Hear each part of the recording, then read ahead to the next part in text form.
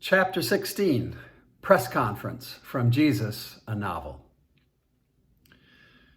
Jesus watched a spider crawl up Sebastian's robe till it got lost in a pleat. The sound technician was running a wire under his robe, then attaching a microphone to Sebastian's collar. They had done the same with Jesus under his shirt. Sebastian's mouth was dry, caught between nerves and excitement. This was to be the biggest audience of his lifetime. Millions of people watching. He felt his own heart beating in his stomach. The assembled press corps was massive, with a diversity of looks and languages. Suits, saris, and sarongs, kilts, tunics, and kurtas, boots and sandals, Pradas and Alibabas. The room ricocheted with distant tongues and a melange of scents. The media invitation had gone out to the countries of the world, but Sebastian had never dreamed of a global turnout of this magnitude. The sheer numbers of those attending had forced the Baal Council to move the press conference into their sanctuary.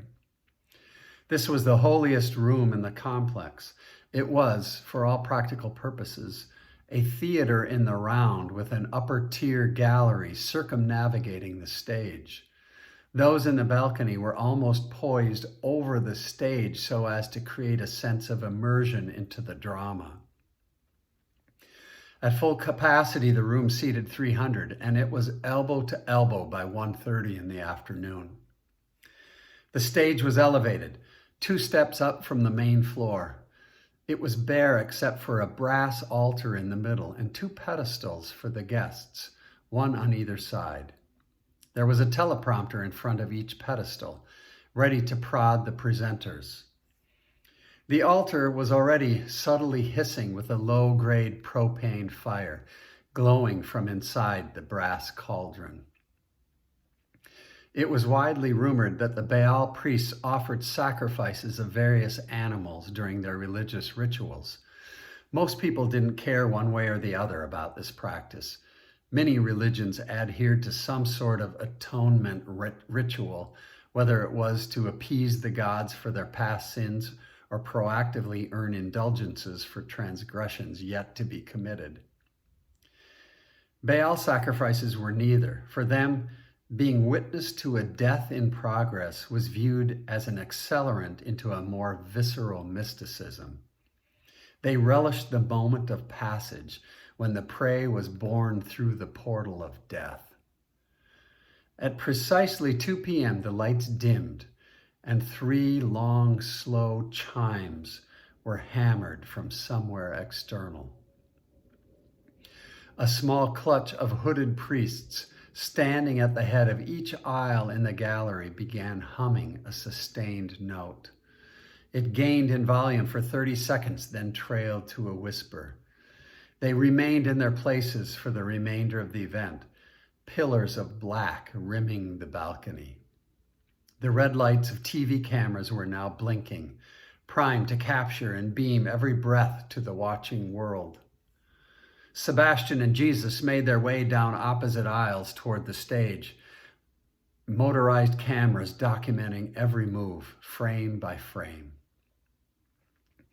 Each stepped up onto their respective pedestals, Sebastian in his robe and ever-present ruby necklace, Jesus in jeans and a button-down Oxford shirt. A spotlight rose on Sebastian, sending aberrant red flares about the room, refracting from the ruby necklace. He spoke. "Ladies and gentlemen, honorable media guests, people of the world, welcome to the halls of the ineffable Baal, where truth is harnessed to bring power to the worthy." With 40 other religions represented in the room, there was no applause, no acknowledgement of Sebastian's effort to glorify Baal. He continued, "A curiosity has arisen on planet Earth. A most unorthodox, charismatic man has emerged from questionable origin to grace the ranks of humanity. His words have captivated and his illusions have mystified. Today I bring this man out of the shadows and into the light. I give you the man Jesus. The lights came on, almost blinding the Minneapolis Messiah. Jesus blinked and gave a half wave to the crowd as they welcomed him with applause. The cameras strobed. Several reporters started yelling questions toward Jesus, but Sebastian wouldn't have it. He stepped on their questions, making it clear that he would shepherd this event to its conclusion. Jesus, would you like to introduce yourself? Tell us, my friend, who are you? Jesus looked at Sebastian, then around the room, taking in the reporters leaning over the gallery railings to get a good look at him. This crowd had been covering him for months. From a distance, they had all written a dozen stories about the guy now standing mere feet in front of them. Suddenly, he looked terribly normal, like a regular guy, not the bigger-than-life persona they had anticipated. He was shorter than they expected. He had his hands in his pockets. Until he spoke, it seemed he might even be a tad uncomfortable, insecure. His eyes traced the room one more time. Then, as if overcome with a sense of pride at what he was witnessing, he said, "What a beautiful representation of humanity you all are." The crowd chuckled a bit, not sure if he was kissing up to them or making an honest assessment. "Seriously," he said, as if addressing their question, "you are all beautiful. It gives me great pride to see what my Father has done.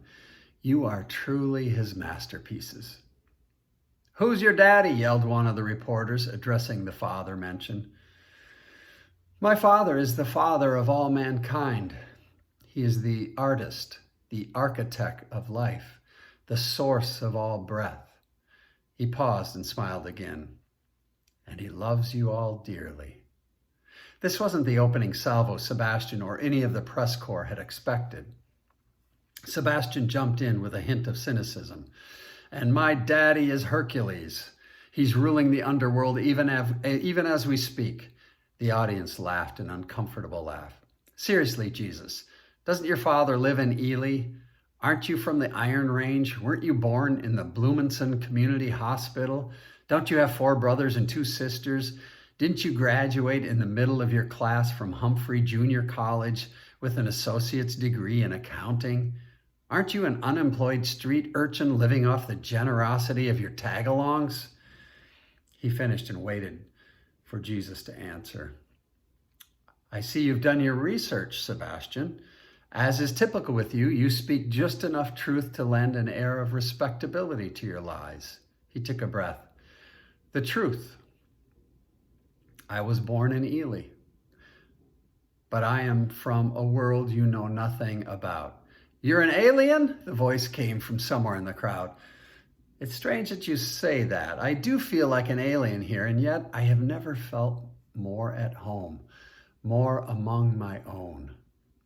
I sense a oneness with you, a oneness that I wasn't completely sure I would welcome." "Well," said Sebastian with sarcasm, looking around the room, "it's certainly generous of you to lower yourself to the likes of us. It must be terribly demeaning." "Demeaning? No," said Jesus. "Historic? Yes." Sebastian decided he wanted to bring the press conference back onto script, his script. "So for the past several months, you have been traveling about our city, performing illusions. You have been conducting quite the sideshow." He did a gradual 360 on his pedestal, playing to the crowd. "Your magical, mystical tour has become popular with the slaves and the uneducated. To those lacking a keen eye, you are quite an accomplished magician." Now looking across the altar to Jesus, "But really, Jesus, aren't you just a common door-to-door peddler of false hopes? A glorified snake oil salesman duping the innocent with your hocus pocus?" The crowd, a bit surprised by Sebastian's frontal attack, waited for the answer. Jesus took his time, then said, "Outwardly, you're a powerful man, Sebastian. You control people, events, cells of the government, and you do this through force and fear. But what you don't realize is that is not power. Jesus stepped down from the pedestal and continued, now with a story. He walked around the stage extemporizing. There were two men, both men of the sea, sailors. They had both studied the ocean, charting its depths, its currents, its tendencies. They intended to explore the ocean's mysteries, to understand its complexities and become skilled navigators of the deep. One man bought a 35-foot yacht with a self-tending staysail and full foil keel. It tamed the confused sea and safely cruised along at 7 knots. It was a good boat, but it relied on the winds to travel. So he upgraded to a 64-foot powerboat with twin-engine diesels that could push him through most any sea with its 3,300 horsepower. He cruised and partied on this for years until it felt small. Then he went shopping for a ship, 120 feet of pure luxury, appointments of leather, brass, polished brass, and inlaid gold, the power to domesticate a raging sea. He hired a skipper to captain his ship so he could focus on his guests. He wanted to rule the ocean. His ship created a wake that bullied weaker vessels, forcing them to alter their courses. The man's eyes smiled behind his dark glasses. People looked at him and said, "You're really somebody in that ship." And he believed them. He had power, so he used it. He decided where he was going, why he was going, and how much throttle he would use to get there. The power was intoxicating. Occasionally, his slipstream drowned the unsuspecting 16-footer, but that was simply cause and effect, the natural deselection of the weak. If you don't want to suffer my wake, give me some berth. The first man gradually lost interest in the sea. For him, it had simply become a necessary evil, the obligatory buoyancy required to float his self-interest. He came to resent the water. Even though the sea was at his feet, the ocean had slipped from his grasp. Jesus now turned to the other side of the room. Sebastian wanted to cut the story short, apprehensive about where it was going, but he could see that the room was engaged and he feared that pushback would be met with protest. Jesus continued. The second man bought a raft, an 8 by 10-foot inflatable dinghy. There was no engine, no sail, no reinforced hull, and no luxurious appointments. He loved his raft, in spite of its Spartan trimmings. He felt close to the ocean. He was learning its ways, its swells, and its nudgings. However, it wasn't easy. The thing about rafts, you have no idea where they're going. They rely on the benevolence of the ocean. Oh, he had a paddle, one. A couple of oars would have given him a better shot at directing the raft, but all he had was a single paddle. The second sailor decided that even this apparent disadvantage seemed to be part of a plan. Because of his complete inability to maneuver his floating craft, he would have to rely on currents. The ocean would navigate, decide where he was going. He could see and sense the currents and possibly paddle a bit to place his raft in the flow of those currents, but then he would just put the paddle away and surrender. The current began taking him places he had never planned to go. He saw things he never thought he would see. He arrived at destinations he didn't know he was destined for. What is this ocean, he thought, and who initiates these currents?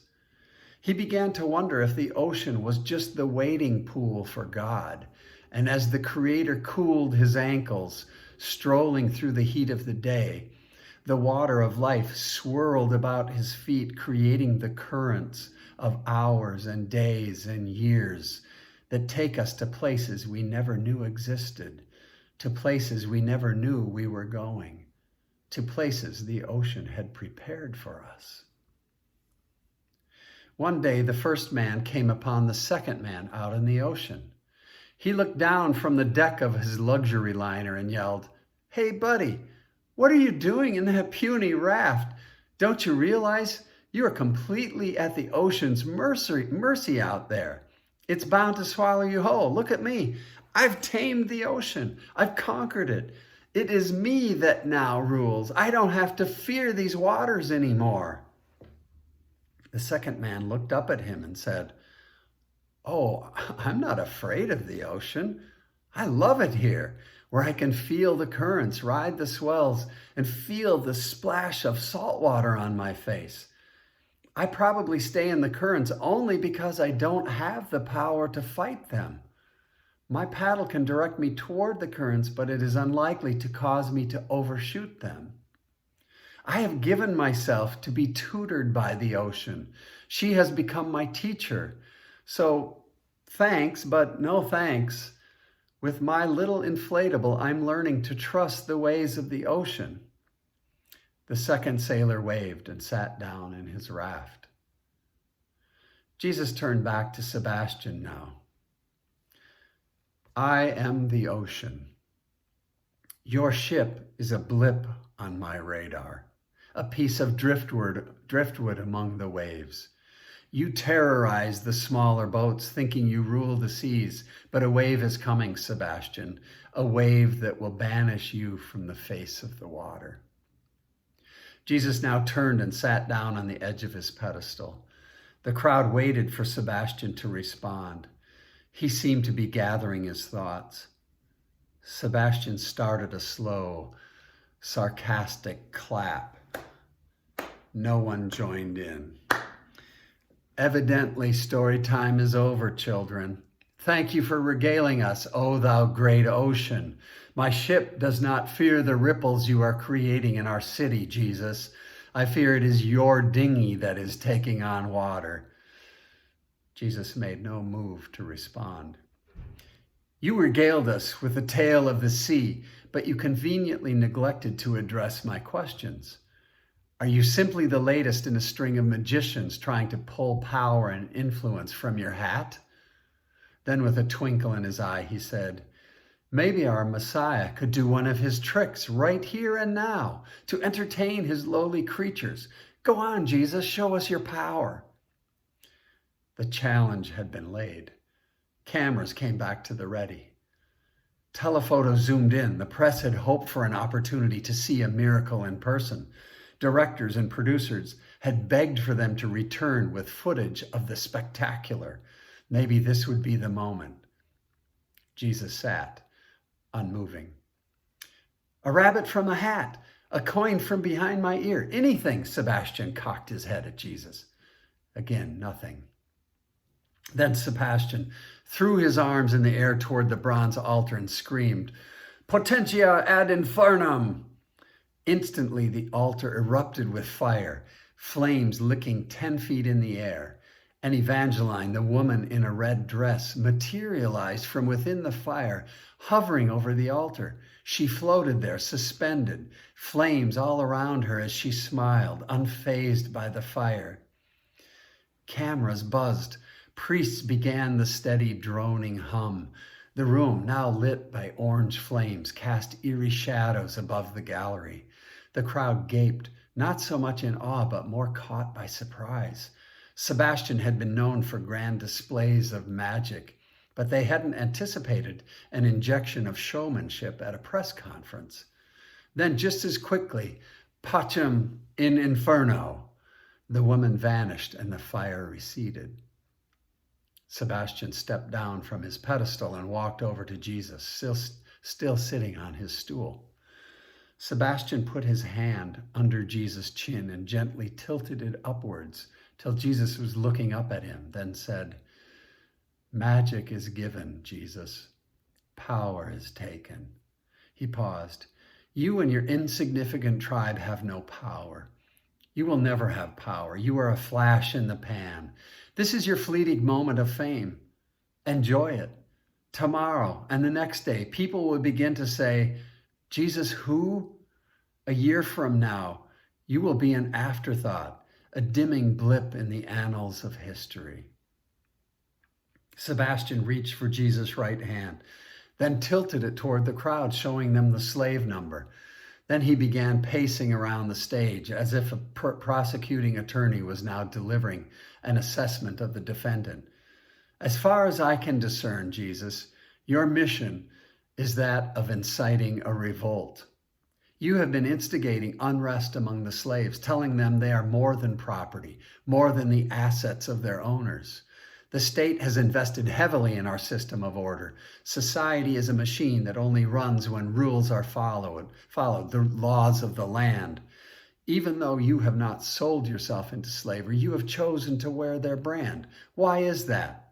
Without waiting for an answer, you fancy yourself the leader of a revolution, the poor man's prophet, the voice of every man.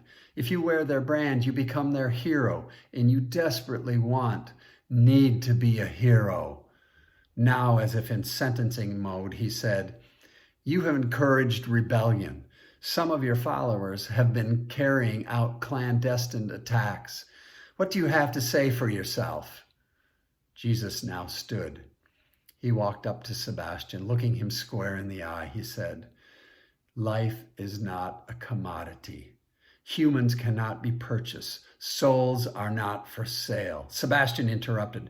Then how do you explain the fact that I own 10 slaves? Reality is a commodity, Jesus. Everything and everyone is for sale for the right price. Jesus responded, there's some truth to your words, for you have indeed sold your own soul. You have traded your singular, invaluable identity for a shot at deity. But you are not God, Sebastian. That is my Father's identity. That is his DNA. It is not yours to choose. Again, with the your father thing, Sebastian, irritated but condescending. Where is this father of yours? Can you send a bus to Ely to pick up this nursing home deity? I'd like to meet his highness. A reporter from the audience jumped up, no longer able to play a passive role in the press conference. Yeah, Jesus, stop speaking in metaphors. It shouldn't be surprising to you that you are misunderstood. You're cryptic, you're vague. Quite frankly, you're confusing. Some of what you say makes a whole lot of sense, but then you talk as if you are the living, breathing Son of God. I mean, really, how in the hell do you expect us to take you seriously? The press corps liked this new challenge. They would all love to be able to unveil the mystery of this Jesus, and they didn't care if it validated him or if it destroyed him. They wanted clarity, but more than anything, they wanted a good story. Jesus smiled as he responded to the question. I'm sorry. I know this is difficult for you to grasp. I don't fall under any cognitive pattern of understanding. There is no past experience by which to quantify my existence. The simple fact that I am here, standing among you, is unprecedented in history. So far, his explanation was doing very little to clarify things, but they waited. I was not born as you are born. I have come from the Spirit of the living God. I have an earthly father, but my true DNA is divine.